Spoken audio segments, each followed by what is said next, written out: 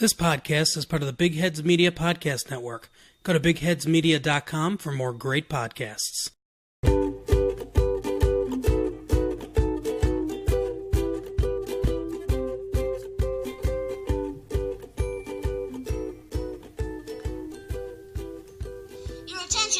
Your attention, please. I have an announcement to make. Hey guys, welcome to the Faves of Our Lives. I'm Kelly, and your other host is Basic Brittany. Hi, everyone. Today we have a special guest, our dear friend Molly. Hey. Whether you enjoy having a beer at Moe's, playing the saxophone, watching Krusty the Clown, or eating donuts, this show has something for everyone. That's right, guys. Today we're talking about the animated classic, The Simpsons. All right, The Simpsons premiered December 17th, 1989. Season 31 starts this year. Actually, when this episode airs, it will have already premiered. The cast... Okay, so I really cut this down, because as you guys know, every single cast member voices like 51 characters. Oh my god. That being said, I just want to interject here. It's been on the air for 30 years now, and it has 662 episodes, not including this new season that's coming out. So there's a lot of people that go into making The Simpsons. So I just put the character that the person is most known for with the voice actor, just to make things simpler. So Dan Castellaneta as Homer Simpson, Nancy Cartwright as Bart Simpson, Julie Kavner as Marge Simpson, Yeardley Smith as Lisa Simpson, Harry Shearer as Ned Flanders, and Hank Azaria as Moe Szyslak. And this is a show that documents the satiric adventures of a working-class family in the misfit city of Springfield. We're not sure which Springfield, but Springfield. Probably Ohio. Yeah. Or Chicago. Jesus, that's a fucking city. There's a Springfield in Illinois, though. Yes. Molly, one time I forgot what states were states, so it's Oh my fine. god. She asked me if Mississippi was a state. Kelly.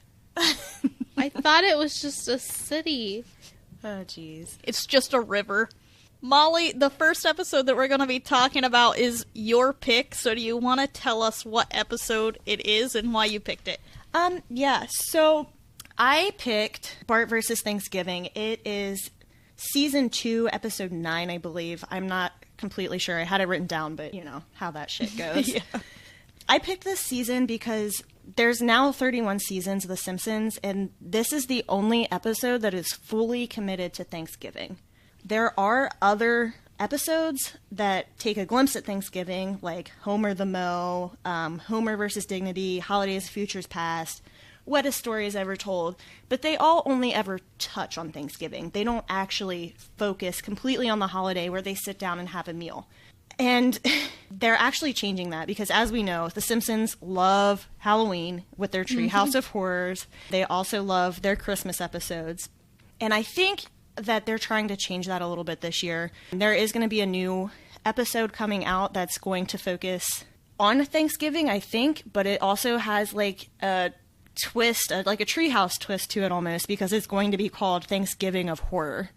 So cool. I can only imagine what's That's going to cool. happen there. But I really particularly like this Bart versus Thanksgiving because it's relatable. The whole show, the whole series in general is very relatable. We've all had a holiday, particularly Thanksgiving or whatever, ruined by a relative. Let's be honest. Somebody either got too drunk or somebody said something that got under somebody else's skin. It's typical holiday stress that usually comes out at the most convenient times. So, Marge's mom. Oh my god, I love her. On this episode, she's like, I have laryngitis, but let me just say one thing. You're doing everything wrong. Yeah, she's like, you shouldn't have married him. So I actually have a note about that as well. Marge's mom, I love her. And she's such a smartass. And I think that's part of why I love her, because she's just like every crotchety old person that does not give a fuck what comes out of her mouth. And she's particularly hard on her daughter, Marge, for some reason, because her sisters don't get that flack from her, from what I see. But I was doing some digging on that, and Marge's mom shows up a lot, but not as much as Homer's dad, which is a grandpa. I don't remember his name off the top of my head. Abe? Abe, yeah.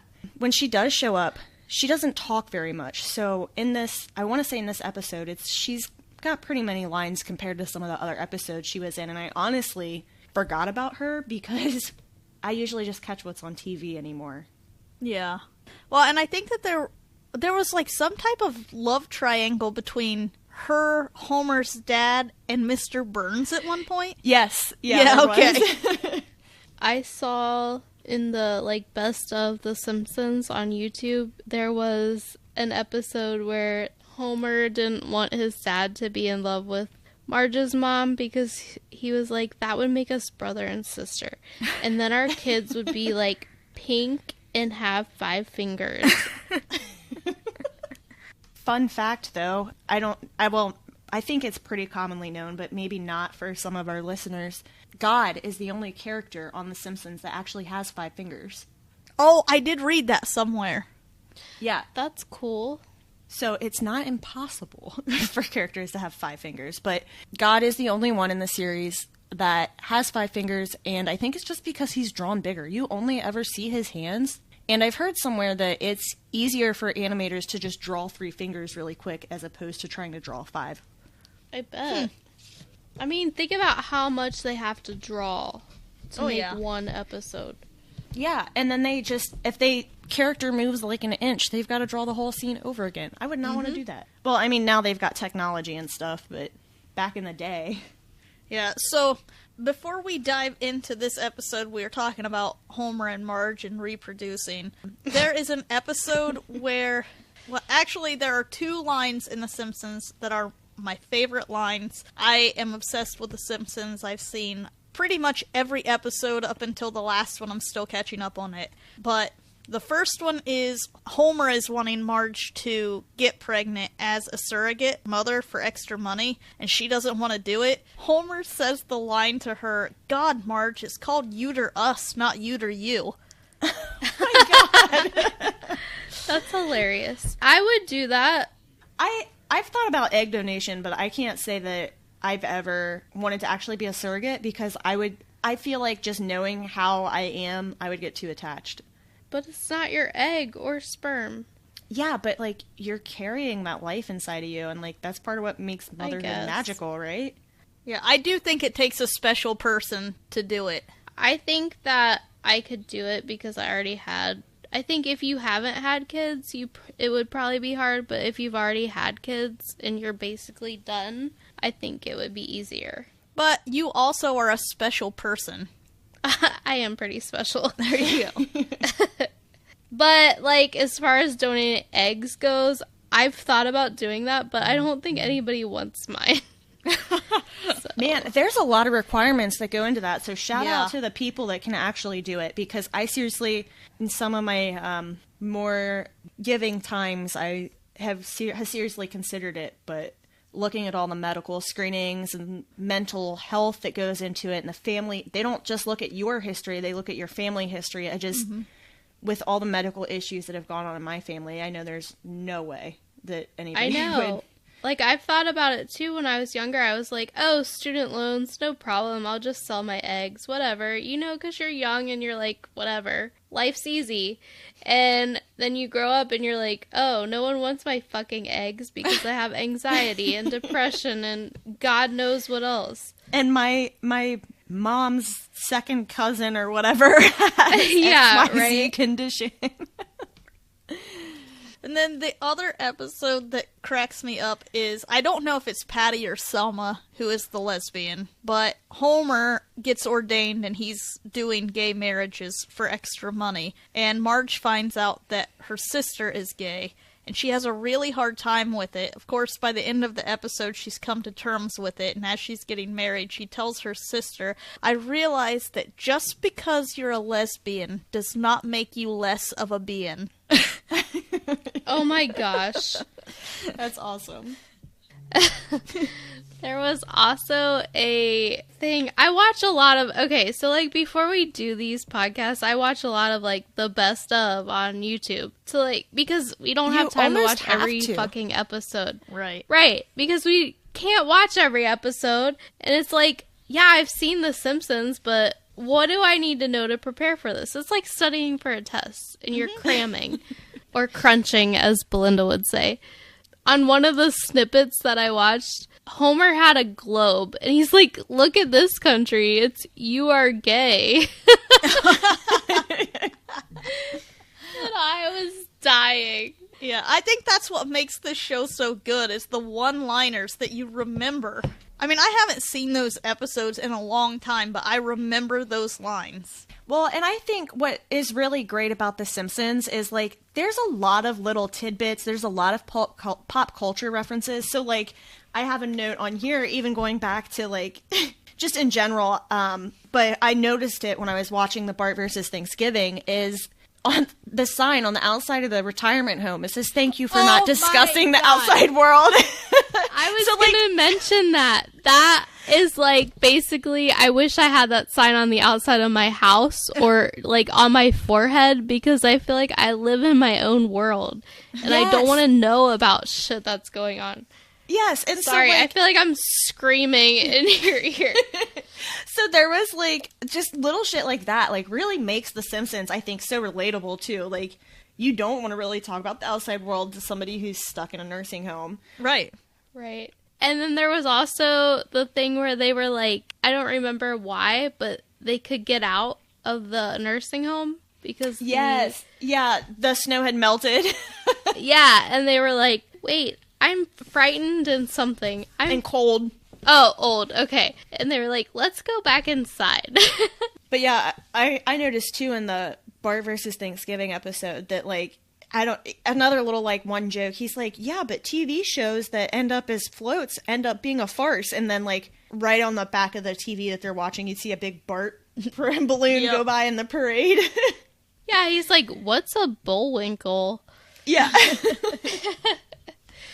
It's kind of true. Like, you have the classics that are always in the Thanksgiving Day parade, but kids don't know what it is. And then you have, like, Stewie from Family Guy.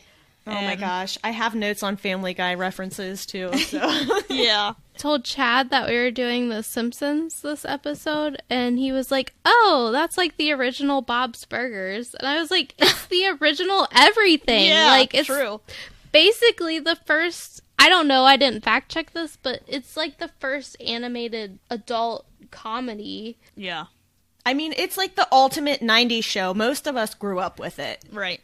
Right. And he's like, but it's the closest to Bob's Burgers. And I guess he's kind of right, because I can see a parallel between Marge and Linda. Like, they're both just like these wholesome moms that are trying their best to keep their family, like, somewhat together.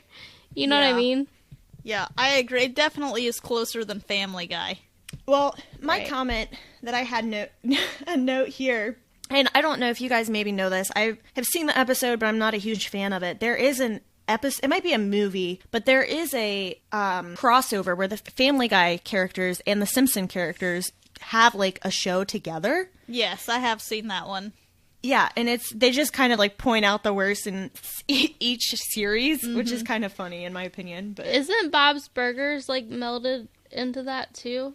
I don't think it was out then. Yeah, it was, because there was a teeny tiny, like, 5-second thing where I think Homer and Peter were fighting in the street, and they fight past Bob's Burgers, and I think it was Gene that said, what's going on? And Bob says, I have no idea. And then it just goes on, because Bob's Burgers is, like, smack dab in the middle of The Simpsons and Family Guy, or at least they were at that point. But yeah, I mean, The Simpsons really ushered the way for all of those. And then there's another new animated series coming out that's supposed to be part of that animation domination on Sundays. And I don't know how it's going to be, but it has Kristen Wiig and Maya Rudolph in it.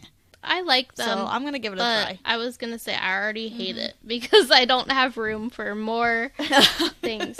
But, like, yeah. I like Family Guy. I like Simpsons. I like Bob's Burgers. My mother-in-law loves Archer. I cannot get into that. Archer is very dry And humor. then there's King of the Hill, which I like that back in the day, but I don't think it's on any streaming things now, so I don't... It's on Hulu. It is. Oh, it is. It is. Because Artie watches it. Yeah, he watches it all the time. And since we've gotten older, because there's a little bit of an age difference between us, but between you and I, Kelly. But now that me and Artie have gotten older and we're like homeowners, he finds that show so funny because like it's relatable. And I think that's why some of these shows in like the early 90s really took off, because it's relatable. I as think hell. that we're very lucky that we grew up in the 90s because, Yeah, like, absolutely. what generation grew up, okay, with X, Y, and Z when they grew up, and now it's coming back around? Yep.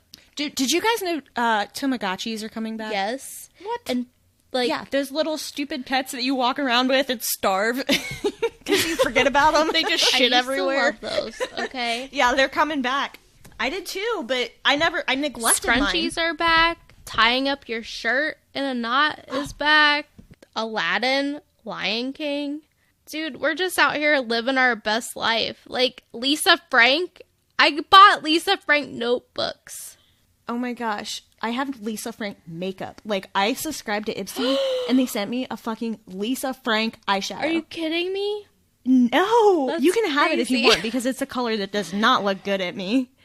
So, yeah, I definitely want to say that we're really lucky because, yeah, we're fucking grouped in with the millennials and we don't do shit and we suck at everything, but, like, we have Lisa Frank notebooks, so who's winning? So at least I can write in my fucking Lisa Frank notebook about my debt and how much my life sucks. Okay, but the student loan debt is fucking ridiculous, dude. Cruz and Oh my God, Des do not are gonna get be me fucking started on paying that. that shit when I'm dead. Kelly, I love it when it takes us a while to get set up and I you know. drink a lot before we start. So, diving into the episode, Finally. I'm sorry. Sorry, listeners. we open up with Marge is fixing Thanksgiving dinner. Bart and Lisa are arguing over glue. Homer is trying to watch the Thanksgiving Day parade but has to break them up. Lisa needs the glue to make her feminist centerpiece for the Thanksgiving table. Which I think is great, because that is an early episode, and that's really starting to define her, because Lisa is all about feminism and the environment and just being a holistic person. Yeah, and they keep that throughout the whole series. Yeah, which I think is great. Right. She's like the OG feminist. Right. Dude, Simpsons, okay, we're gonna get derailed here again. Sorry. But Simpsons, I don't know if you guys have seen these, like, conspiracy theories about how the creators of Simpsons are, like, time travelers. They predicted the Area 51 raid that's going on right fucking now. Did they really? What? I didn't see that one, but I've seen them predict stuff like Trump winning the presidency. I've seen them predict, like, 9/11. I've seen them predict just fucking crazy shit that I'm like, how? How did they just randomly decide to do this and get it right? Yep. It's kind of scary. is crazy. So, The Simpsons, in that regard, have always been way ahead of their time. I agree. By some freaky act of nature, they've been ahead. Marge's sisters show up. They decided to bring their own food to Thanksgiving, and they're horrible dishes. I don't know what it was, like trout something. One of them was like meatballs, yeah, and then like Yeah, some other. Swedish meatballs and some fish shit. Yeah, who brings trout You to brought Thanksgiving? fish? Or, no, that's not what she said. She said, you brought food? She's like, you brought food?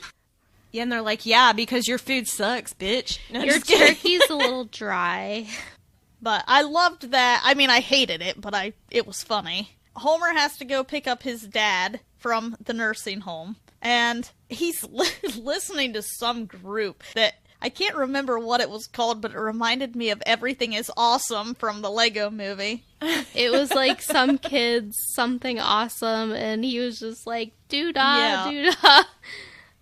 doo-dah. Before Marge's mom shows up, Bart decides that he wants to help Marge with dinner, and this entire thing cracked me up. This is the first most relatable part. Yeah. I mean, I can relate to everything, but like, I love my husband, but there are times where he tries to help me, and I appreciate the hell out of that. But it's easier if I just do it, because just like Bart, he's asking me 1,000 questions and distracting me from what I'm doing, so I might as well have just done it both anyway. Molly, Right. that's exactly what having children is. And I don't know, I don't have children yet, so I can't relate it on a parent-to-child aspect, but even just sometimes in the relationship aspect, I can see that. And it's not a bad thing, it's just, I think everybody has been there at some point where you're like, I appreciate that you're trying to help, but just move, let me do it. I had to go fight with a cat. I was like, what the fuck? Did we disappear? What happened? I could hear her upstairs fighting something through Molly's microphone. Oh, sorry, that was my fault. Okay, so I have the doors open, and she found, like, a plastic thing, and I just, like, let her push it around. It's instead of fine. taking It it was away. just so loud. She is so obnoxious. Sorry. Anyway, yeah, that, I agree. That was very relatable. He didn't do anything himself, but he was helping. Right, and I don't know, I don't want people to perceive that as a knock on my husband, but I know, like you said, everybody has had that moment where you're just like, alright. Yeah, I totally get it, because last Thanksgiving, Mary couldn't use the can opener. It was like one of those that cuts the outside of the lid. Oh, yeah. And she was like, how do you even get this fucking thing to latch? And then she ended up breaking it. So, thanks, Mary. Was that Duff beer I heard? It was Bud Light Lime. I just heard a little whoop. It sounded like a drop in the ocean to me. That should be their next advertisement. Yeah. So yes, as we said, Marge's mom shows up. She has laryngitis, but not enough to tell her that she is a disappointment. Lisa's upstairs working on her centerpiece, and Maggie crawls up the stairs. When Maggie crawls up the stairs, there are, like, extension cords sparking. Yeah. There's, like, razor blades and all kinds of shit. But, like, that's also kind of relatable, too, because my mom thought she was, like, encouraging us to, like, pick stuff up, and she'd always put shit on the stairs for us to take up with us. And, like, it just never got taken up, so there's always all sorts of shit all over the stairs at my house. And, like, That's funny. it was a hard habit for me to break when I bought my own house, because I'm like, oh, I'll just take this up with me, and then it just sat on the stairs forever. And so, like, I can see how easily it gets with kids that there would be stuff all over the stairs. Right. We don't have stairs, so... Must be nice. Yeah. We don't have to deal with that. So Maggie gets upstairs, and Lisa does something that's really cute, and she gives Maggie a little marker and tells her, as a Simpsons woman, you know, she would like her to add to the centerpiece, and Maggie just kind of scribbles on it, and Lisa is so proud of her. That is so cute. It's like such a sweet, like, bonding moment that you don't really get to see with Maggie very much, because even though the show's been on the air longer than I've been alive, Maggie is always just like a year old. Also, speaking of Maggie, in the very beginning of the episode, she is watching Marge stuff the turkey, and when she walks out of the kitchen, she, like, eyeballs the dog's butt, and I thought for sure she was going to shove something up the dog's butt. That's gross. Or rip it out. Yeah. I was gonna say that Maggie staying the same age is kind of parallel to Bonnie on Family Guy, always being pregnant. Oh, yeah, that's true. Yeah, and I guess, well, what I think people like about these kinds of shows, like Family Guy and The Simpsons, Bob's Burgers, is yes, it's a series and there are dedicated seasons, but you can literally turn the TV on and it doesn't matter if you've seen the episode before or after, or even haven't seen it for like 3 seasons. Right. They are all their own short stories, and I tend to gravitate towards shows that are more like that anyway. Yeah, because me too. if I miss something, I don't want to sit down and watch a new episode on TV. And it's like, a lot of people use TV to unwind and escape their crazy day that they've had or whatever, and I don't want to be confused while I'm trying to watch TV. So I gravitate towards the shows where I can just pick it up, have a short 30-minute story, and be done with it. Same. So, after they get the centerpiece made, they are sitting at the Thanksgiving table. They're getting ready to eat, but they're waiting on Lisa to bring her centerpiece down. She brings it down. Homer says something like, "Wow, that's incredible. That's the biggest one of those I've ever seen." Isn't it, what, a cornucopia? Is that what it's called? Yeah. Okay. He had been trying to start a fire, but he couldn't start the fire. Bart comes in with the turkey, and he wants to set it on the table, but Lisa's centerpiece is in the way, so he's telling her to move it. She's not moving it. They get into a fight as they're trying to move it, and the cornucopia ends up in the fire. Of course, the fire starts then. The grandpa says something like, "Well, that really got that going," and Bart just says, "Bitchin'." Yeah, when you said that, I was like, did they actually say that on TV? Yeah, in Or the, was that 90s? just like the voodoo special? Oh, Brittany, you're gonna have to edit out your cat hacking up a hairball. Oh, God. He's like putting on a show for me. Sorry. Jesus. Oh wait, he choked it down. I mean, I've never seen a cat yak up a hairball. I'm sorry. Everything is fine, guys. Everything is It's fine. It's fine. fine. It's no, he's good. He's choked it down. He's a champ. You want a beer? Okay. Anyway, Lisa is pissed off, like, goes running at Bart. I thought Which, she was going rightfully to kill so. him. Yes. But then she starts crying and she runs upstairs. Homer and Marge immediately lay into Bart. I mean, it is justified in the sense that they're laying into him. But then Marge says something to him that I thought was a little harsh, because she says, "You ruined Thanksgiving." And I don't think you should ever say that to a kid. To an adult, go right ahead. yeah, I mean, because really they were just being siblings, but like Right. at the same time, the whole episode is focused about how Thanksgiving came to a standstill because they were being little shits. Right. This is my kids. Lisa goes up to her room because she's upset. Bart gets sent up to his room. But I did like that when they told him to go to his room, he's like, "Okay, just send my food up right away and then give me, like, I don't know, 15 minutes before you send up the pumpkin pie." Oh, I totally missed that. I heard him ask for his food, and Homer's like, "You're not getting food." Yeah, he was, like, fine with going up to his room because he knew that they were going to send up food, but they didn't. This prompts Bart to run away because Marge wants him to apologize to his sister, and he doesn't think he did anything wrong. He doesn't want to say he's sorry. So he runs away. He's going to find a better place. The first place he goes with his dog, Santa's little helper, is the blood bank. Oh my god. They tell him, "You have to be 18 years or older to donate blood," and he says, "Don't worry about it, dollface," and pulls out Homer's driver's license. They take his blood. Which he's 9. Right. He comes out, he's like, "Man, you know, you just give your blood and they give you $12 and a cookie. This is awesome." And then he passes out and the dog eats his cookie. Which, okay, story time. Super relatable, and I know you guys have heard this story a few times. I, too, have passed out from donating blood. And let me tell you, when you start to pass out, you kind of feel like you're drunk, but it's like not a good drunk, and it's that tunnel vision that you get. Mm-hmm. Well, the last time I've tried to donate blood, like multiple times, because I believe, you know, that that's just something that you should do if you're able to do. My beliefs aside, I was trying to donate blood. It was the first successful time I had been able to actually donate an entire bag, because if you don't fill the bag up, they don't use it. Oh. So I was like, fuck yes, I'm feeling good. Like, I just donated blood for the first time in my life, even though this is like my 5th attempt. So, like, I started feeling kind of nauseous in the chair and everything, and they like used the smelling salts, which I thought was like really excessive, because I'm still coherent, like I'm talking to her, I just felt nauseous. Right. And she's like, "Just sit there for a while." So I sat there for like 15 minutes. And this is in college. I'm like in some auditorium area, and they've got like 20 chairs set up because they're doing a blood drive. I go over to the snack table, and I start getting like tunnel vision. And this girl's like, "Are you okay?"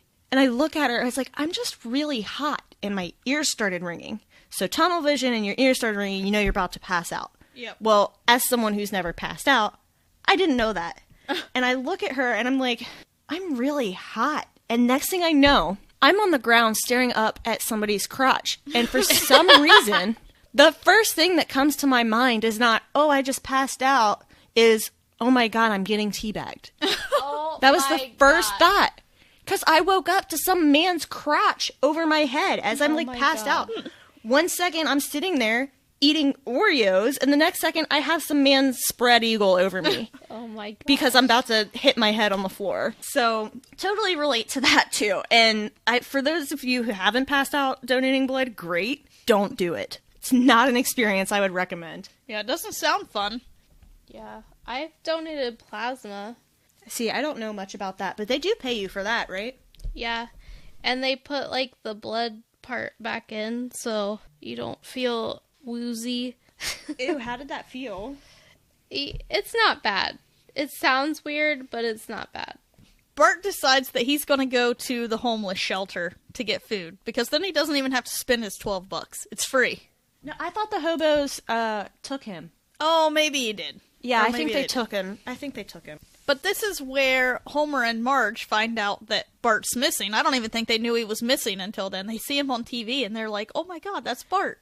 Come on now. You have a tree right next to his door that has fucking stapled on ladders. Like, Right? You should know that your little shithead of a kid is going to stay put in his room unless you put bars on his windows. Right. So they decide they're going to go down there and they're going to get him. Problem is, in the meantime, he tells the hobos that, he has this family that he stays with every once in a while, and they're like, that sounds really nice. And he says, yeah, it is. So he gives them the $12 and he heads back home. So by the time Marge and Homer get there, the kid is gone. And they have to actually report it to the police. When they're reporting it to the police, they're telling him, like, well, we told him he had to apologize to his sister, and Marge says, and I said that he ruined Thanksgiving, and the police officers are just like, oh, okay. So they're judging her pretty hard.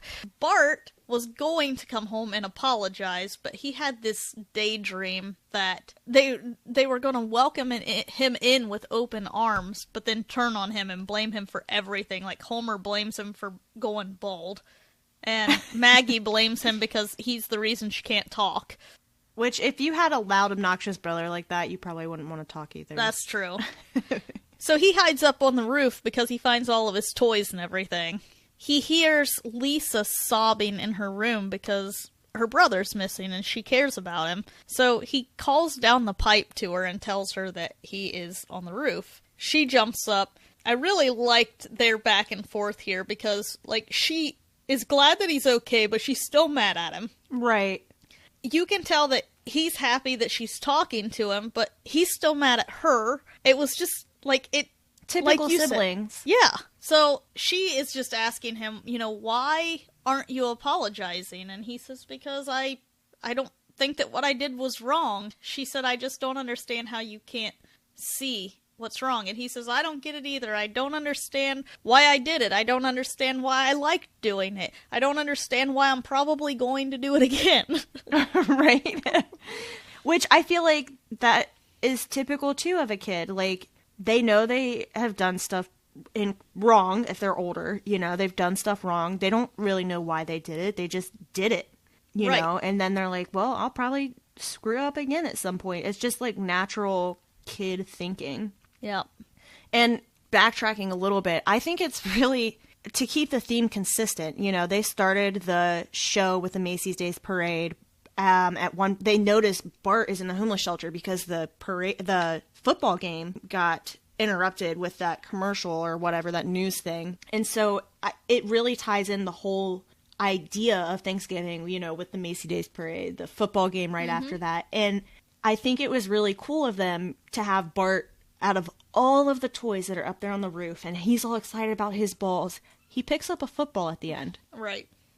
And I think that was really cool, like a last little nod to, like, the tradition of sitting down and watching football on Thanksgiving. I also loved seeing how the parents, like, heard them up there, but they just let them have their moment. And Right. Again, I'm not a parent yet, but I know if I saw my children, critically working through an issue that they had and they're getting along and working through it together, like, that would make me proud as a parent. And I was glad to see that was kind of reflected in the show as well. Right, and that they didn't interrupt it. Right. Because that's part of growing up. You've got to learn how to handle conflict resolution. Yeah, because, how it ends up is Lisa's just saying, well, maybe one day you'll understand and you'll be able to apologize and actually mean it. And Bart, he's speaking aloud, but he's thinking to himself, and he says something about, well, I don't care that I hurt your feelings or that your thing burnt up, and you spent so much time on it. You worked really, really hard on it, and it just clicks all of a sudden, and he's like, oh my god, I'm sorry. So it meant more that he apologized on his own terms instead of his parents forcing him to apologize. Right, and I almost wonder, too, if that's kind of just looking at it from a more objective standpoint, but I almost wonder if that's a little nod to how research has shown and researchers say that boys develop mentally slower and mature mentally slower than young girls do. Because I believe Lisa's younger than Bart, but right. Not by very much, and so that's kind of highlighted as well, and I think, again, that adds an element of realism to The Simpsons, and part of what makes this show as a whole pretty great, because Lisa is wicked mature for her age. Yeah, we're all less mature than Lisa. Right. Yeah, and I also loved how the episode ended, because it ends with the Simpson family, not the relatives. Grandpa and Grandma have left. Right. Aunt Patty and Selma have left. It's just the Simpson family, and they're sitting around, they say their prayers, and they eat leftover Thanksgiving turkey sandwiches. Right, so yeah, he ruined Thanksgiving for everybody else, but I feel like it's really good because it shows that the parents know that they've made up, and the parents have kind of screwed up a little bit in the sense that, she's blaming how Thanksgiving for being ruined, but it still shows that at the end of the day, they're still a family. They still want to do stuff together. They still want to be around each other. And that's really what Thanksgiving is about. You're being thankful for what you have, no matter how perfect or imperfect it goes. Right. But no, I really do like that at the end. That was a nice little touch because, everybody, at the end of the day, everybody is happy. Yeah, so that wraps up the first episode. I agree with you, Molly. That was a perfect episode. Also, when this episode airs, it's going to be November, so right around Thanksgiving. Thank you for choosing one that You're kind welcome. of segues into that. I wanted to do a spooky treehouse horror one, but I figured it would be... People are probably sick of Thanksgiving. I mean, for fuck's sake, there's Christmas stuff out in September right now, so... Yeah, Walmart is putting their stuff out now. Yeah, so is Lowe's. Don't like that. Listen, I love Christmas, but it's September. It's overrated. I get craft stores putting stuff out because if people are making gifts, you have to start kind of early if you're making your gifts for everyone. But why are you putting out Christmas trees? We don't need it that early. There's trees at Lowe's. We were just at Lowe's earlier today. There's trees, there's wreaths, there's Christmas lights out already, and not even 5 feet. Literally on one side there's Halloween, and on the other side there's Christmas stuff. It's frustrating. No. But speaking of winter, we're going to move on to the next episode. That is from Season 4, Episode 9, called Mr. Plow. This is a fan favorite. There are people who still sing the Mr. Plow jingle. Oh, that's the first thing that comes up when you Google it. It's the Mr. Plow commercial. I really liked this episode. Yeah, it's a good one. Okay, so I know this is not until later in the episode, but especially now that I'm older, I get the jokes more. I absolutely loved that Marge was put on your Mr. Plow jacket. Yeah. She's you want to come plow me? Without actually saying that. Right. And again, it's relatable because me and my husband say goofy shit like that all the time. There have been times where, Futurama, Zoidberg is doing his little mating thing, and occasionally we do stupid shit like that. So, it was relatable, and I see what I like about The Simpsons, and what I see a lot now that I'm older and married and have a house and everything with The Simpsons is that they have a genuine relationship. They're not oh, Marge is Holly Homemaker and Homer's just the idiot husband. They continuously try to keep each other happy. They compromise when they need to, even if it hurts somebody's feelings. Right. They forgive and forget, and they have these goofy moments where they're yeah, put on your plow jacket for me. Let's get busy. Yeah, they do have a very good relationship considering that Homer's such a fuck up. But, like, aren't we all, though, in some sort of way? Oh, They yeah. just choose to Yeah. highlight Homer's more than everybody's. Yeah, like, and I didn't mean that as an offense. Like, No, I no. love that he's so flawed, and she loves him so Yeah. much. Yeah, and, It's you know, great. absolutely, and it's great to see them, work through things as a couple, because just going back to the whole relatable stuff, it's, you see little tidbits and you're like, man, my husband do that, or man, we're really having issues with that right now. Like, when they do have conflicts, I feel like there's usually a realistic outcome for it, Yeah. It's not like all of a sudden she's like, oh, we're gonna have some hot wild sex and forgive and forget. No, she like works through stuff. He brings her flowers and is like, hey, I'm really sorry. It's realistic forgiveness portrayed, and I think that's Yes. really good to see. It goes back to Bob's Burgers too, because Bob's Burgers is the same way. Like, it's a realistic portrayal of how relationships actually work.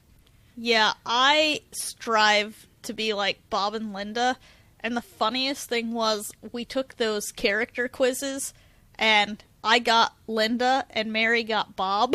Oh my gosh. What character quiz? I There's feel like a I Bob's need to take it. Burger character quiz on Facebook somewhere. You're gonna have me deep in the whole rabbit hole of Facebook. I like how Homer said, I'm not going to do anything else stupid. And then he turns around and runs into the door. Yes, and he just plays it off like he didn't actually do it. She's like, homie? So this episode starts with Homer is at Moe's. He's drinking. There's a snowstorm. He's trying to get home. Of course, he can't see. It's a whiteout. He's got his windshield wipers on. He ends up rear-ending another car. It's his own car. Yes. And I love to jump on that. Jump ahead and kind of take over on that.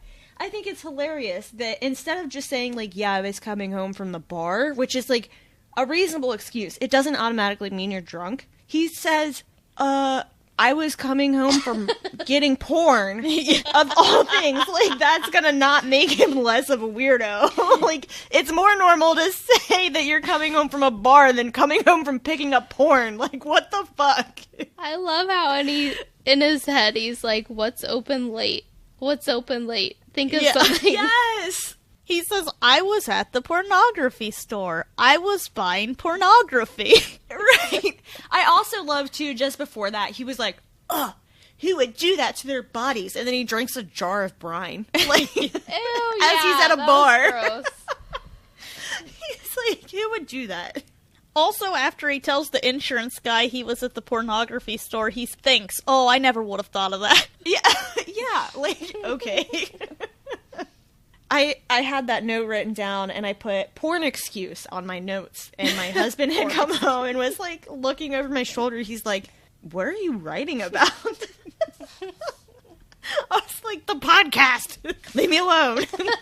My porn excuses, For the okay? podcast. So, he doesn't have a car at all, because like you said, the car that he hit was his other car. He goes to a car dealership, and he is talked into buying a plow truck, because it'll pay for itself. Oh my god, yeah. So, this is what starts Mr. Plow. He's going to start this plowing business. It doesn't take off right away. He has a very hard time, but Lisa gives him the idea of putting out a commercial.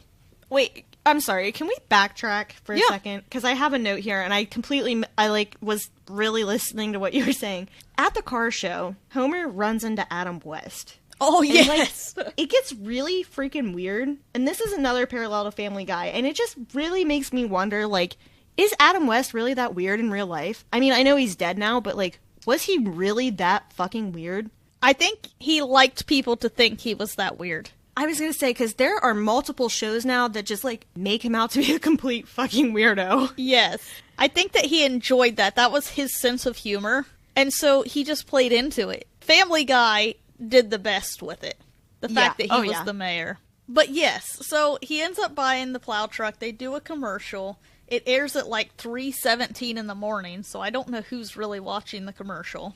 Kids who fall asleep with the TV on and wake up to Yes. that George Lopez George show. Lopez, yes. Oh my god, we used to watch that when we had cable in the middle of the night.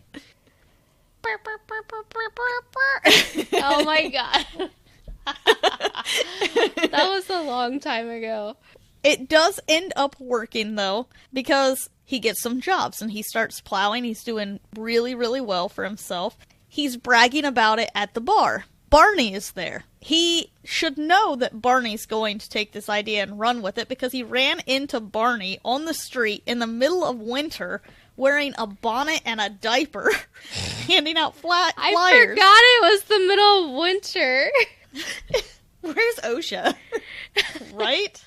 I think it would be more like the health department. I don't think OSHA cares. Well, like, OSHA isn't that like a health safety thing? Like, being out in the winter and your diaper blows down the street and you expose yourself to your mom? Like, okay, I can see yeah, that. he But did. I think the health department would care more than OSHA. also, like, when Homer bought this car, did he just, like, think it was going to snow forever? Can we talk I about that? guess. The guy talked him into it.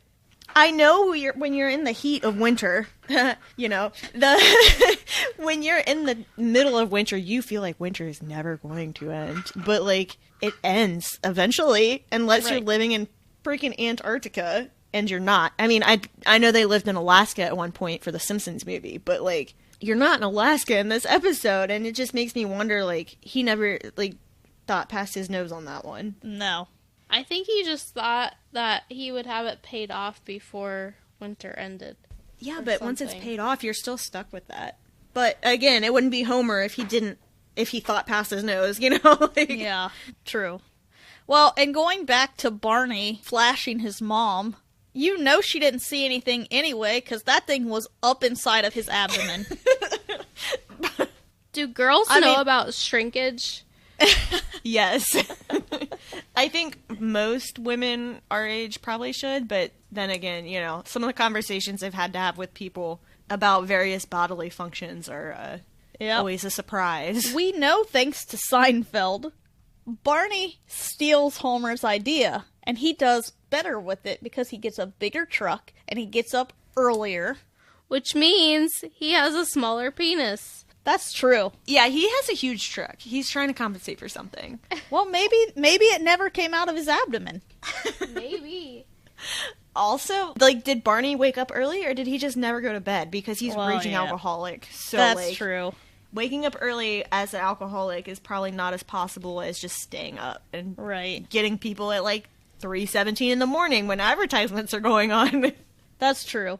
Homer's upset. Ned Flanders even paid Barney, but he tells Homer, "Here, I'll pay you to do it again." And Homer says, "I am not doing it again, but I will take your money." Ned Flanders, oh my gosh. I know, I was really upset that he wasn't in these episodes as much. I know. as, My like, some favorite more current.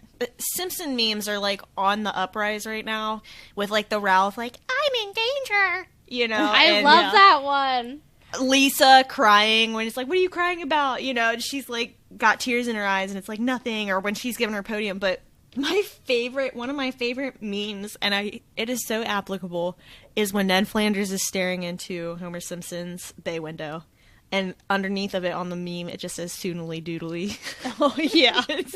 You can put it on so many things. I usually use it in reference to my sugar cookies that come out because I live off of those basically from now until after Thanksgiving or after New Year's. Yeah, even Adam West paid the Plow King, that's what Barney's calling himself, to plow his yard, and it cracks me up because he pulls out in the Batmobile, like the exhaust is hanging off and dragging.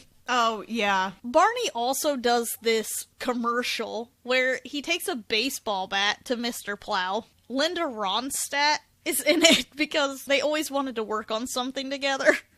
Isn't that, like, the most fucking random thing, too? Yeah, it's so obscure. It's like how, I know it's a pop culture reference, but, like, I didn't understand it when I saw it. I was like, okay, she's obviously a singer because she's singing really well. Right. But, like, how the F does this play into anything? I was, like, really confused for a minute. I know.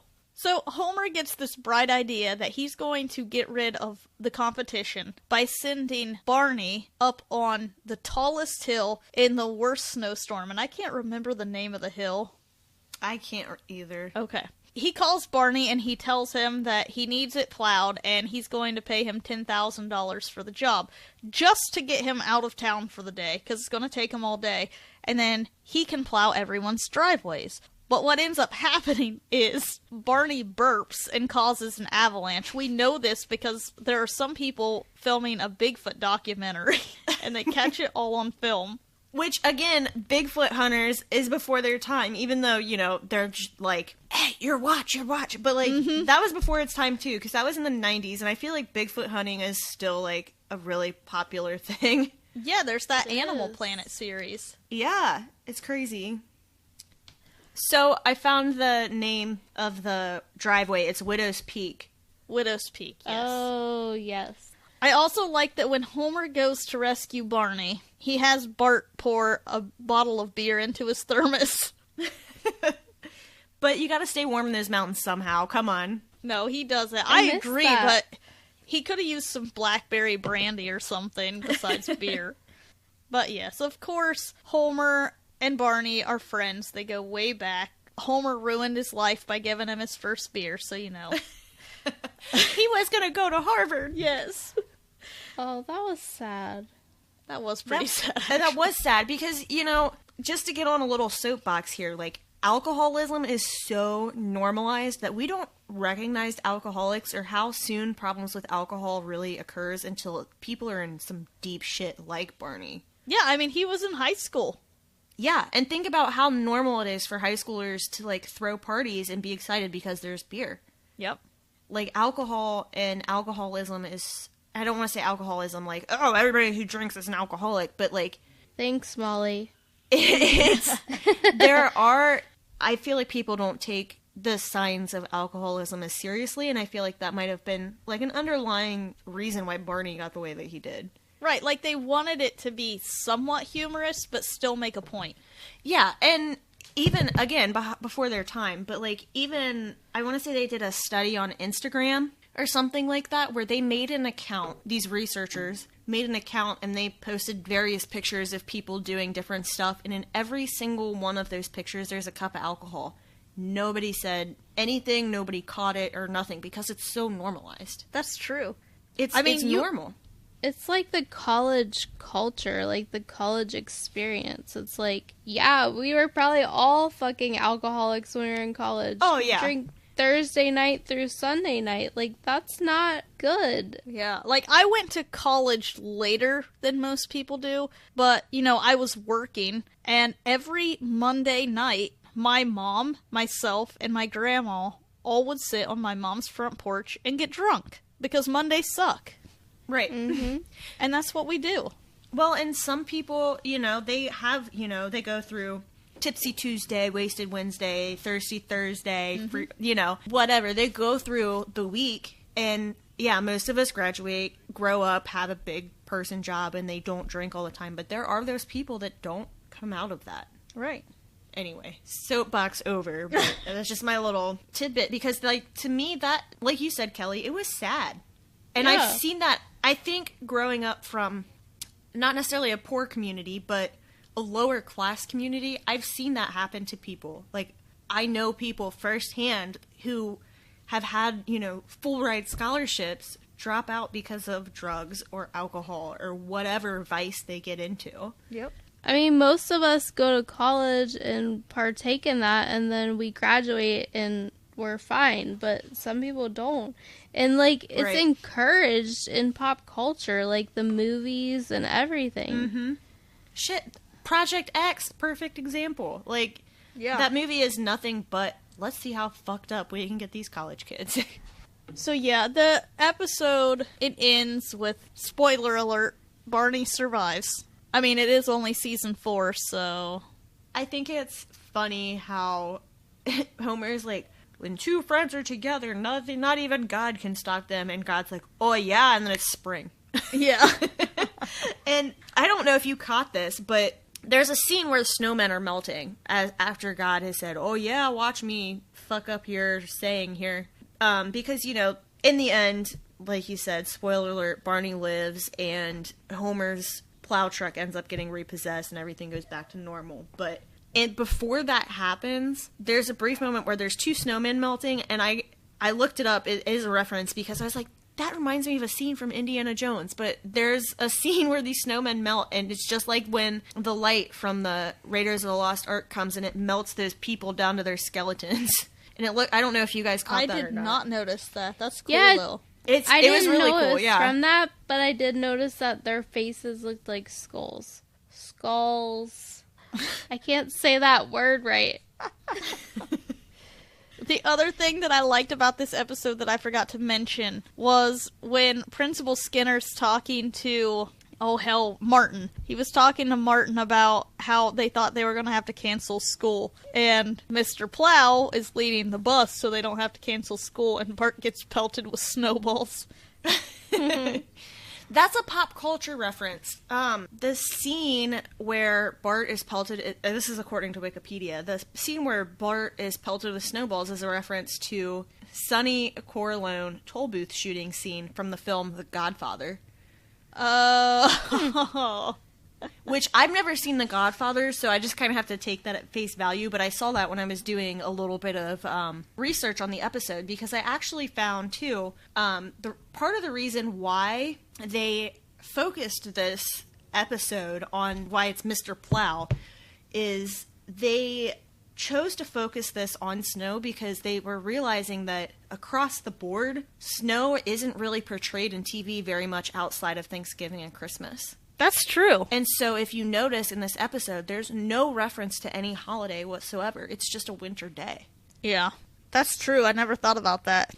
And so I thought that was really cool because I was just kind of, for both episodes today, I just kind of did just a little bit of digging just to kind of see what other stuff we could talk about. Like, oh, here's a little nugget here and there. And I found that as well, and it was really great. For people that do want to look into more stuff or go more in depth about other episodes, I found that Simpsons Wiki, it's like its own little Simpsons thing. It's its own Simpsons web, like, fandom website, and you can go in and find, like, all the episodes, where Marge's mom appears in every episode, what season, down to the second. That's like, cool. It's the most intensive, like, website dedicated to The Simpsons you could probably ever find.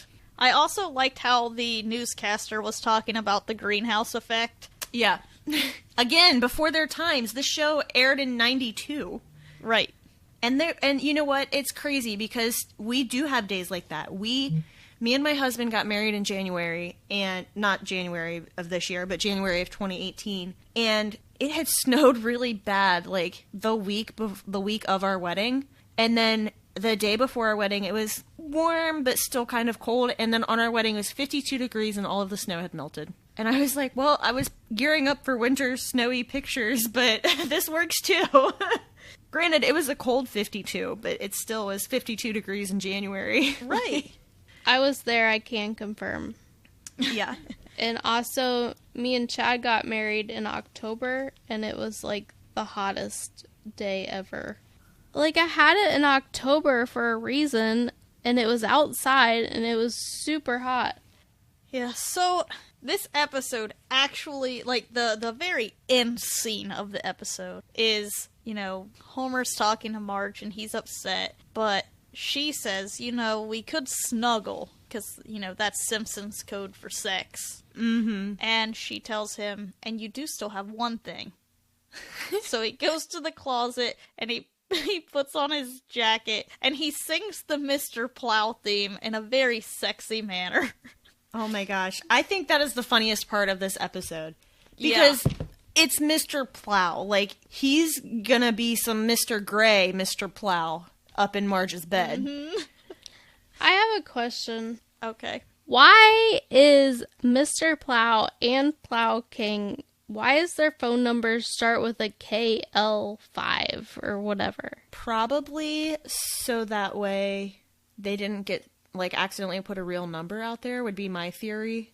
But I don't really know. Okay. The last line, and I cannot remember exactly what he says, but he says something about the forecast calls for some flurries of passion and a high storm front of getting it on. Yes, it was the best. And that concludes the episode. Yeah.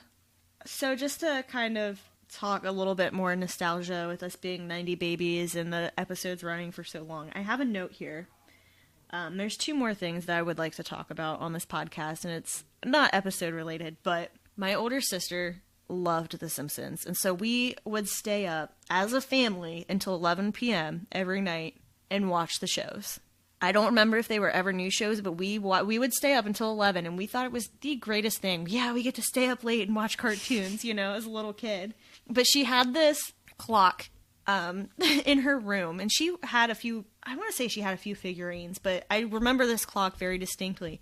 It had all the different, characters around it. One of them had Barney, Marge, Lisa, Bart, Homer, the grandparents, and every hour there was a different character that said something.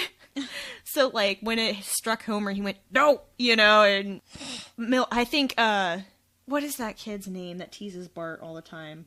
The one that goes, ha ha, he was Nelson. on there. Yes. So, I remember that, but then I also, on my other little note that I have, do you guys, I don't know if I made this up, but I'm almost positive that this is a thing. Do you remember when Burger King sold Simpson watches in their Happy Meals? Yes. Okay. So I'm not crazy. No, I wanted all of them. Yeah, I did too, and we ate at Burger King until we just about had all of them too, between me and my sister. My brother worked at Burger King, and I had not those, but I had all the Disney cups. Yeah, we had all the those? Disney cups. Mm-hmm. Do you remember the plates from McDonald's? Yes. No. Yep. There was I had a Hercules set, and I want to say Hercules was awesome. Dude, they need to make a live action of that one. Sorry. I didn't say anything. You were snickering. I heard you. I laugh at you all the time. Okay. But I heard the way you laughed at me. But yeah, I don't know. When I think of The Simpsons, I get really nostalgic because, my sister, everybody was still living at home, and we grew up with it, so. Yeah, I agree. I said my first curse word because of The Simpsons. Oh, what? Tell me that story. I don't even remember what the word was. I was sitting there watching it with my cousin who was a few years older. He was allowed to watch it. I wasn't, forbidden to watch it. I don't even think my parents knew about it. So I was sitting there watching it with him, and it was hysterical. We laughed the whole time. I had this really bad habit of, if a line was funny, repeating it as I was laughing. I still do that sometimes. Mm-hmm. And Bart Simpson said a curse word, and I laughed, and I repeated it, and I was mortified, and I thought my cousin was going to tell on me, and he was like, it's okay. That's awesome. He is also the one who watched Beavis and Butthead with me for the first time. Me and my brother have box sets for that. Mm-hmm. I was going to say that I was not allowed to watch Beavis and Butthead, but Of course not. for some reason, I'm thinking that I was allowed... This may not be accurate, but I'm thinking I was allowed to watch The Simpsons, but not Beavis and Butthead. To be fair, Beavis and Butthead is a lot more crude. It was the trailblazer for South Park. But when it came back around not that long ago... Yeah, it was funny. 5 or 6 years ago, I watched every episode, and I was like, haha, Mom, you can't tell me what to do now because I'm an adult. The episode where they're working at the fast food restaurant was so funny. Dude, me and my sister used to walk around all the time with our shirts pulled up and saying, "Tippy from my bunghole, tippy from my bunghole." Oh my god. I remember very distinctly a few times we would be trapped in the bathroom and one of us would come in with toilet paper with her shirt up over our heads. Oh my god. I love that. Me too. So just in case you guys need any fresh material for when you get stranded next time. Any fresh material. You've heard others, but nothing could prepare you for the shameful stupidity that is the Jock and Nerd Podcast. Hear Imran. So if you offend everyone at once, it's a wash. I've covered everybody. Anthony. Sorry, I was texting. Say that again? and Rug Boy Yeah, whenever there's a snowstorm, my slack hole tightens up. as they talk over one another. Just exactly the John same Connor as, was the as fucking Terminator. We're talking over each other. It's fine. Sorry. Swear I had boobies. and ask you for money. Just give us the money. Witness the hubris as they claim to be the world's authority on comic book movies. Who said? Never said that. You've never said that. Who cares? A jock said that. Comic book, TV, movie reviews, news, and whatever they choose. Available on Apple Podcasts, Spotify, and wherever you find your favorite podcasts. The Jock and Nerd Podcast. Campy, silly, goofy fun. Seriously, people really listen to this. Jock and Nerd. Hey guys, it's Brittany. I just want to take a moment to talk about a fundraiser that we are really excited about this year. One of our favorite podcasts is hosting an event called Enchantment Under the Sea. That's right, Toys R Us podcast is collecting toys and money for children through the Ronald McDonald House and Together We Cope charities. The event is held November 9th at 115 Bourbon Street, Marionette Park, Illinois. Tickets are $35 or $25 with a box toy. There will also be a GoFundMe set up for people who are unable to attend but wish to contribute. For more information, check out Toys R Us Podcast and follow them on Twitter at Toys R Us Pod. So join us in making this holiday season extra special for some extra special kids. We're going to go into our random facts. Molly, you have done a lot of research for this episode, and I appreciate it. So you might know a lot of these. But you'll have to tell me if there are any that you didn't know. I mean, I kind of interjected my facts throughout the course of the podcast, but Oh, okay. go ahead and shoot. Well, I don't think there's any doubles, but we'll see. So the first one I have is that the show actually started in 1987 on the Tracy Ullman Show as a short. Yeah, I think I remember seeing that somewhere. That's the year I was born.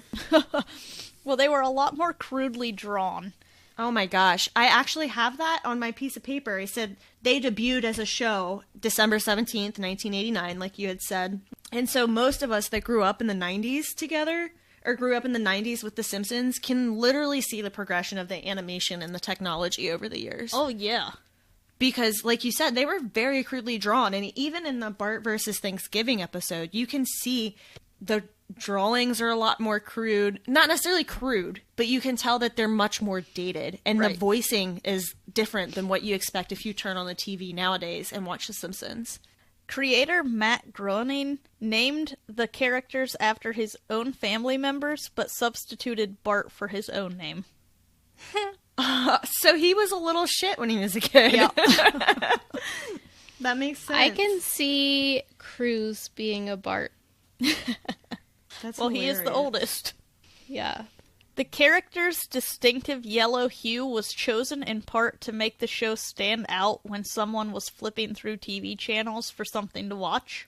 I believe that. Yellow is actually one of the most recognizable colors, so that's why when you, like, see a yellow car, you're like, oh my, like, yellow cars are, like, Yeah, that's super a good noticeable. point. And school buses are, like, super noticeable. For some reason, the human eye catches yellow faster than any other color. It took Danny Elfman 3 days to compose the show's opening theme song. He called it the most popular piece of his music career. I get that. People, like, shit, they learn that on their guitars and keyboards and everything else. Yeah, I could definitely see that, and it's very distinctable, like, distinctive. Distinguishable. Yeah, it's very recognizable. It's distinguishable. As soon as you hear that chorus come in, like, oh, you know, you're like, oh, The Simpsons, gotta hurry up. I also really like the ending. Oh, yeah, the couch gag. No, like the end of the episode in the movie In theater. that movie, yeah, Yeah. He goes, shh. Oh. Yeah. Also, okay, I just remembered something from one of my facts. I'm sorry, I know you're trying to wrap this up. Oh, you're fine. In the Mr. Plow episode, so you guys know how Bart writes something different on the chalkboard every single time, right? Okay, so that's like a little known fact that people have known for a while. Bart writes in the beginning of that episode. I found this note in this mess of notes that I have here. Bart is writing down as a punishment, a burp is not an answer. It's funny, you guys, I burped a lot before we started recording this. and I just think it's funny because a burp ultimately did Barney in. Yeah. I have a question for you guys. What's that, Kelly? If I have a structured settlement, but I need cash now, do you know who I should call? I think you need to call Blake Maslin at 444 What? 4444. You called J.G. Wentworth. 877 cash now. Okay. I was just curious because it reminded me when I was thinking about the Mr. Plow number that popped into my head. And I thought you guys would think it was funny. Well, adding on to what you said about the chalkboard, I have a random fact here, but I also want to add my own. Bart is voiced by Nancy Cartwright. In an opening sequence during the show's second season, Bart wrote on the chalkboard, "I am not a 32-year-old woman." That was Cartwright's age at the time. I like that. That's hilarious. But on a sadder note, I really liked when the woman who voices Edna Krabappel passed away. There was a part where it showed Bart standing in front of the chalkboard with his head hung low, and the chalkboard just said, "We'll miss you, Miss Krabappel." I saw that. I didn't actually see that episode, but I saw screenshots where people had taken pictures of that, and it just was so heartbreaking. Yeah, because, That's sad. Bart and Miss Krabappel had this weird relationship where they hated each other and they loved each other, and I thought that was the best way to address that. Yeah. Was And with Bart. Going back to their relationship, that's just so typical of teachers. I feel like, I don't know, I'm not a teacher, but you get these teachers and you're like, man, these kids are little shits. I have to, basically be their parent away from home, but at the same time, they love their kids or they wouldn't be in that profession. Its town of Springfield was named for its generic anywhereness. There are Springfields in 30 U.S. states. Wow. Over various... Chicago. Yeah. Over various episodes, the town's geography has contained rivers, deserts, farmland, mountains, or whatever the story requires. Can you imagine, say they took all of those episodes and all of those different geography or geographical features and, drew a city map of that? Can you imagine how fucked up that city would be? Okay, Molly, when you were younger, or Brittany, did you ever draw, a maze or a map in, a legend? Mm-hmm. That's what it would be. Pretty much. An official version of Duff Beer, Homer's favorite brew, is sold in 3 variations near the Simpsons ride at Universal Studios. I wonder what it tastes like. Does it taste like Bud Light, or does it taste... You know what I mean? Yeah, I don't know. I'll have to try it. It probably tastes like Natural Light. It probably tastes like warm piss, because that's how all beer tastes. On How I Met Your Mother, that one guy has a beer called Warm Piss. See, I've never seen that. I'm honored that you guys put me on here, because most pop culture references I do not get, because I don't see movies very often or watch TV shows. In the show's early 90s, school principals around the country banned Bart Simpson t-shirts, fearing he was a bad role model. Oh my gosh. Eat my shorts. Of Krusty the Clown's resemblance to Homer, the creators once said, "The satirical conceit that I was going for at the time was that The Simpsons was about a kid who had no respect for his father, but worshipped a clown who looked exactly like his father." Because, Homer is a clown in his own regard. Right. The University of California, Berkeley, has offered a 4-credit course on The Simpsons. It is called The Simpsons Comedy Tree. Nice. I want to take that.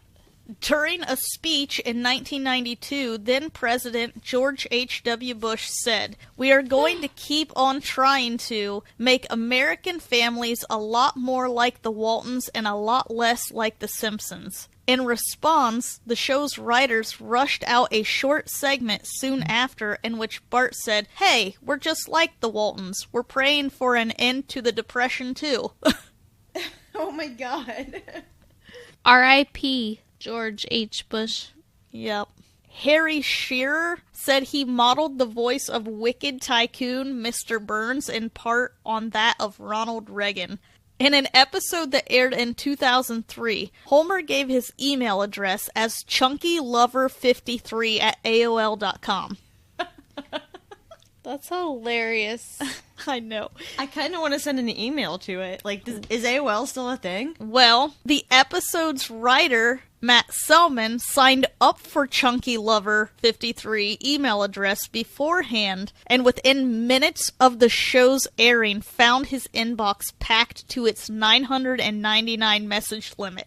How? If it hadn't aired, how did that happen? No, within minutes of the show's airing. Okay. I misheard that. Groundskeeper Willie's description of the French as cheese-eating surrender monkeys was used by conservative columnists in 2003 after France's opposition to the proposed invasion of Iraq. I do have to give credit where credit's due here. Like, Willie always has, like, historical references. I know.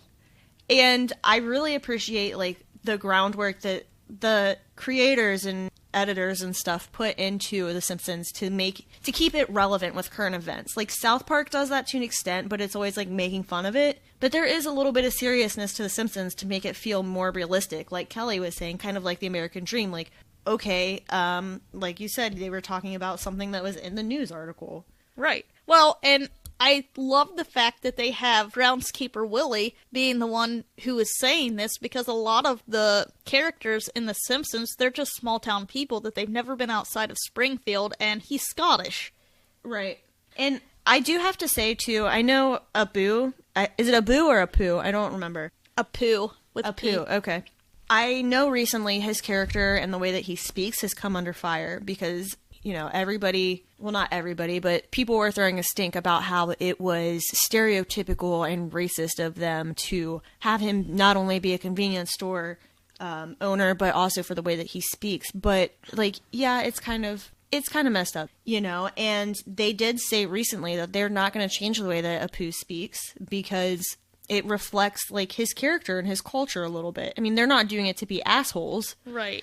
Well, and that's what I was going to say. Like, when the show aired, this was not out of the norm. This is something that they did. I'm not saying that it's right. I'm just saying that this was typical for the time. The difference is a lot of those shows didn't go as far as The Simpsons, and now Apu is one of the most loved characters, so they don't want to get rid of the character, and they don't want to change the way that he speaks because, like, he's already a developed character. Exactly, and my argument for, you know, keeping him is, like you said, he's already had all of the airtime that he has, and he's a pivotal character. I mean, you even meet his wife, and his wife talks similarly, because that's part of how they speak. Nobody threw a stink about the way Willie talked. Willie has a cultural voice, you know, so there's that aspect of it. But English, aside from that, like, English is a hard language to learn. As a non-native speaker, not me personally, but I can't imagine being a non-native speaker or a non-English speaker and trying to learn English and then be expected to not only learn English but not have an accent as well. Right. An episode during the 4th season featured guest star Elizabeth Taylor voicing a single word, Maggie's first word. Do you guys know what the word is? Oh, shit. I remember this episode because I was, like, shook that Maggie had, like, actually said a word, but I don't remember what it was. It was daddy. Of course it was. Of course it was. That's always the baby's first words. Fucking daddy. Michael Jackson guest starred as a mental patient during a 3rd season episode, Stark Raving Dad, in which Homer Simpson is sent to a mental institution. For contractual reasons, he was credited as John J. Smith. Do you think that was like a copyright thing? I have no idea, but I remember watching that episode thinking, oh my god, that is Michael Jackson. And then it said John J. Smith, and I was like, well, that son of a bitch sounds just like him.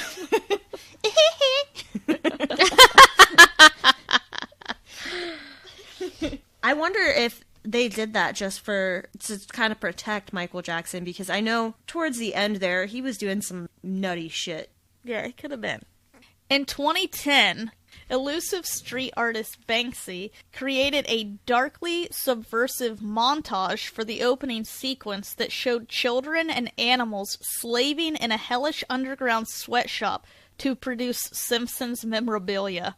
Oh my god. Of the bold move, Simpsons showrunner Al Jean told the New York Times, "Well, I haven't been fired yet, so that's a good sign." I love how real the Simpsons are. They're just so real about everything. They're like, yeah, there's probably some little sweatshops about our memorabilia.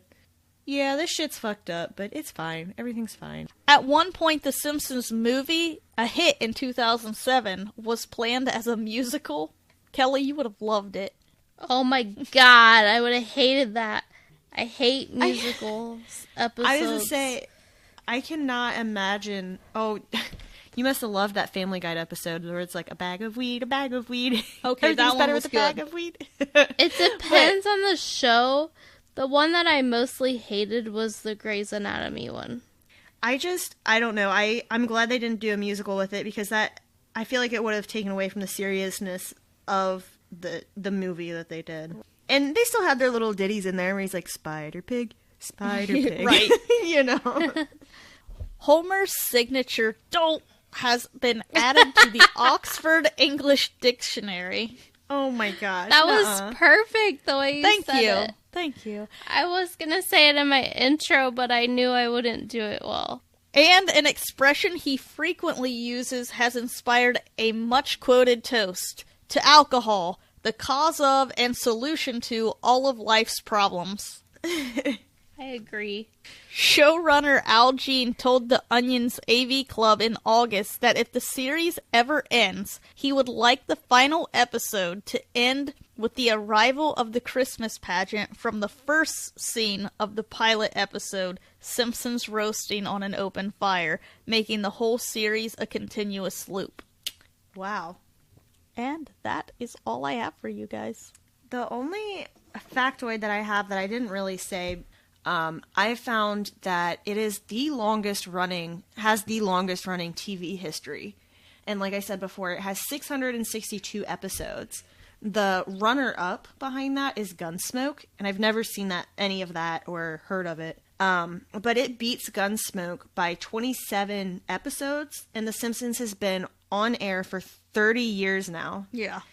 And that was 10 years more than Gunsmoke. So I know some people are like, oh, what's the longest running TV show? As of right now, it's still The Simpsons. Okay, so social media comments. Better than Robin Hood podcast said, so many great lines in the monorail episode, by far my favorite. And they sent a GIF that says, before we begin, is anyone here an investigative reporter? Which is an important question to ask. It is. Also, I just want to say that me and Kara rode a monorail in Atlanta. It's not important, but that's what I think of when I see the word monorail. Okay. I used to watch this. Good comment. No, that's the name of somebody. Oh my god, I thought that was... I thought that was their comment. Was like, I used to watch this. Like, fuck this show. I used to watch this, but don't anymore. So I used to watch this, question mark. Oh boy. Burns wants to make a suit out of puppies. Homer gets extra fat to go on disability to work at home. Stupid sexy Flanders. Lisa almost kills Bart when babysitting. Homer almost jumping the gorge on a skateboard and then getting dumped out of the ambulance. All those are great moments. Ghost of the Stratosphere at NYCC says, it's just a little airborne. It's still good. It's still good. Or, Bart, how do you like my new chainsaw and hosky?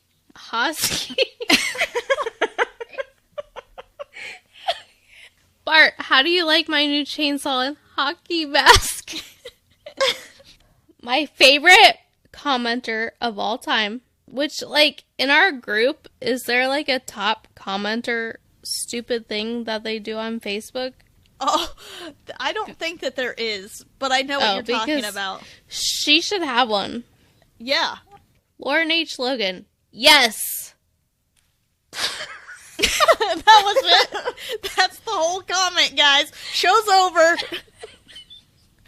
She had 3 exclamation points, so I felt like I had to do it justice, but then it made me laugh. I grew up watching this show. I love Bart's antics, and Ned Flanders is a fave of mine. I love the Camp Krusty episode. Lisa says as the camp bus is pulling away, "Don't replace the pets, all no." I still quote that before leaving on a trip. We also sing, "You're the birthday, you're the birthday, you're the birthday, boy or girl," for birthdays. Gotta love the Simpsons version of Chuck E. Cheese. And Itchy and Scratchy Land episode. Oh my god, so many favorite moments that my family still quotes. Oh, and we say foods are crusty brand imitation gruel. 4 out of 5 orphans can't tell the difference. And every 5th burger comes with spit. Oh, I like those odds. Seriously, this show is probably my family's most quoted show, and I love that Kelsey Grammer and David Hyde Pierce Fraser appear as brothers on The Simpsons. Not going. I just read a book, actually. It was a really fucked up book. You read a book? Dude, I know, right? Who am I? I read this book, though, that my mom had recommended, and it was about these kids who were different on some sort of spectrum, but weren't quite fully diagnosed. And there was this one boy that was in the book, and he literally expressed himself through Simpsons quotes. That's awesome. Like, something would happen, and he would just say a Simpsons quote. Like, everything he said was a Simpsons quote. And it just, when you were reading that Facebook comment about all those quotable moments, that's just what came to mind. Because I just finished that book today, actually, before I came over. That's cute. The next episodes that are going to be released. So we have... This episode will air after our spooky season. We hope you guys enjoyed that. You'll have to give us some feedback because we're going to air a Q&A. We released it as a Patreon exclusive originally, but we thought that you all might enjoy it, and it was a good way to wrap up the television season because the Q&A was Kelly and I asking each other questions about, our favorite TV shows and shows that we had never seen, our guilty pleasure TV shows. So we're going to put that out for you guys. And after that, we will be releasing a Christmas movie episode every week in December, and that will wrap up our first season. So really, this is the last TV episode that we are recording for season 1. This was the last one we had for you guys. He saved the best for last. Yep. So be on the lookout for the upcoming episodes. Keep commenting on social media. We love to hear your opinions on these things. And keep coming back, and I don't know how to end this. Bye! Go get a donut. Ooh, a donut. That does sound good. Don't have a cow, man. All right, we'll see you guys later.